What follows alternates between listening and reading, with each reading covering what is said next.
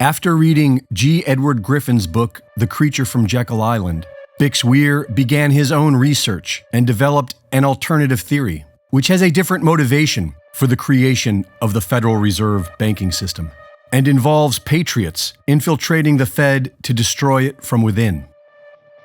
President Woodrow Wilson, who strongly opposed private banks, signed off on the Federal Reserve Act, something he deeply regretted soon after. According to the Road to Ruta theory, Wilson signed off on it out of fear of catastrophic inflation. The amount of gold being found in the late 1800s was causing an endless rise of inflation. By 1900, several mining companies were harvesting gold from the Grand Canyon, which was a major undertaking. An 80-mile-long road was built to access a coal deposit for power, and barges and steamships were assembled in the canyon to deliver this coal every day. By 1912, the New York Times reported that billions of ounces of gold were estimated to be dredged from this operation. And at this time, there was only 64 million ounces of gold in the U.S. Treasury, and 160 worldwide. Adding billions of ounces would have been economically catastrophic. It would have driven the value of gold to zero, devastating the world's economies and destroying the wealth of the world's most powerful people.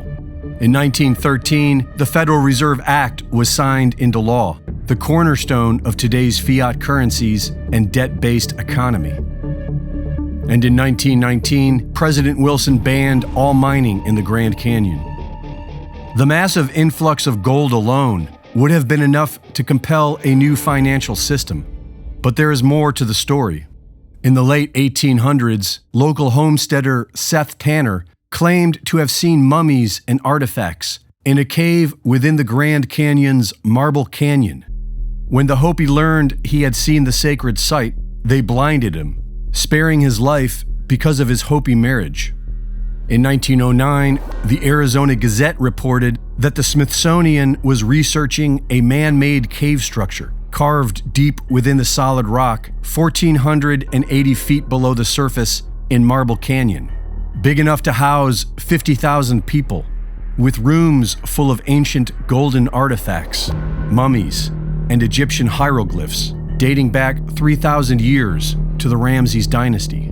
This is the same area that Seth Tanner described seeing the same thing. It's the same area where the famous lost city of gold was thought to be. And it's the land of the Hopi, whose ancestors once lived in the Great Hole Sipapu, commonly known as the Grand Canyon, where several geological formations have been given names from ancient Egypt. In 1956, two planes collided in midair, directly above the alleged cave system of Marble Canyon.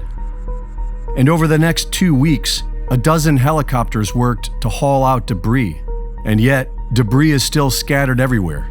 There were no witnesses, and the bodies of the victims were all buried in a mass grave.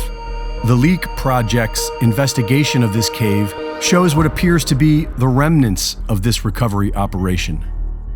The Grand Canyon is full of caves, 90% unexplored and off-limits, protected by the U.S. military.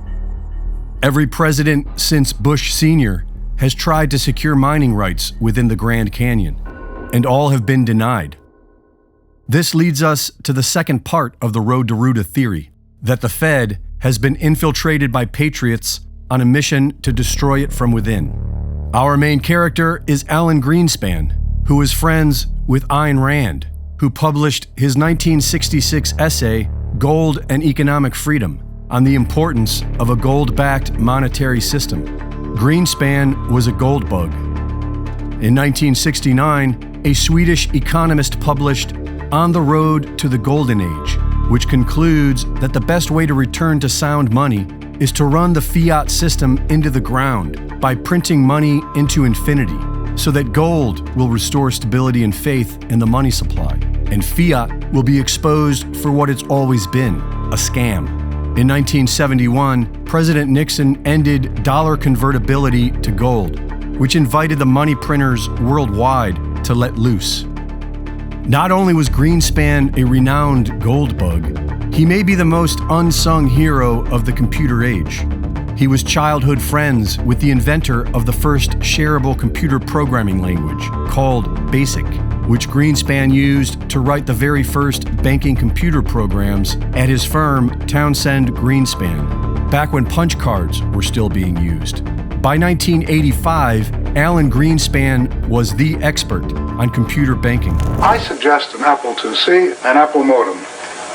Then you can call up your bank and see how much money you have. You can even pay off your bills automatically. If you have any money left over, congratulations.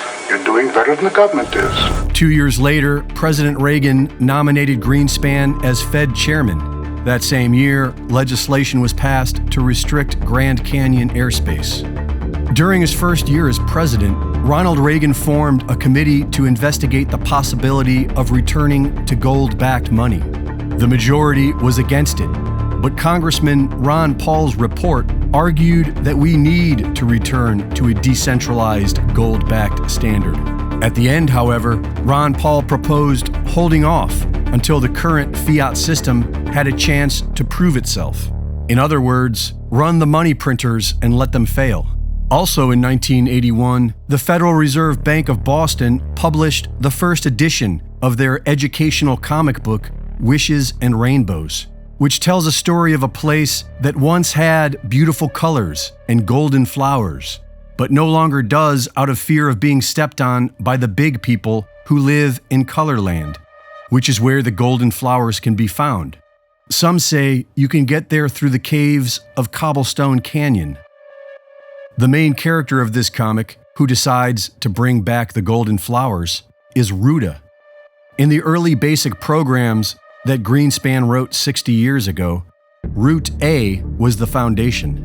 Ruta finds a golden light inside a cave of Cobblestone Canyon and begins bringing flowers back to her people, only to learn the problems of scarcity and demand. As she tries figuring out a solution, she writes the equations from On the Road to the Golden Age, print the money into infinity. In 2007, the Boston Fed published an updated version of their cryptic Wishes and Rainbows. And in this edition, Ruta's solution in the dust is 11 plus 9, which looks an awful lot like 9/11. And right after this was published, the economic crash of 2008 began. Also in 2008, the Bitcoin white paper is published. And while nobody knows who authored it, Alan Greenspan, with his 60 years of expertise in digital banking, certainly could have played a part. Reporting for InfoWars, this is Greg Reese.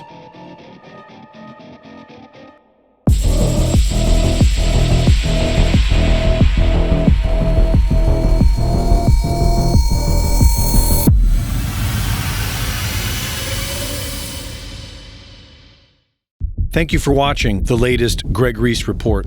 Be sure to go to reesereport.com to see my latest videos, sign up for my free newsletter, and subscribe for exclusive content. And be sure to support my sponsor at InfoWarsStore.com. We are now living in the void, sliding towards collapse in the strange space between what we've known and what's to come. And right now, the most important thing to remember is don't panic. Stay calm, because now is the time that we must get our bearings and steer the ship onto a safe, sound course. There is nothing stopping we the people from making our own rules and building our own society. All we got to do is survive the crash. And right now, we still have time to prepare. The world fiat currency system is racing towards zero. It's time to convert it into hard assets now, including food, water, and survival gear to keep us strong and at the ready. Go to preparetoday.com for the essentials: storable foods, water filtration, first aid, power, and more at preparetoday.com.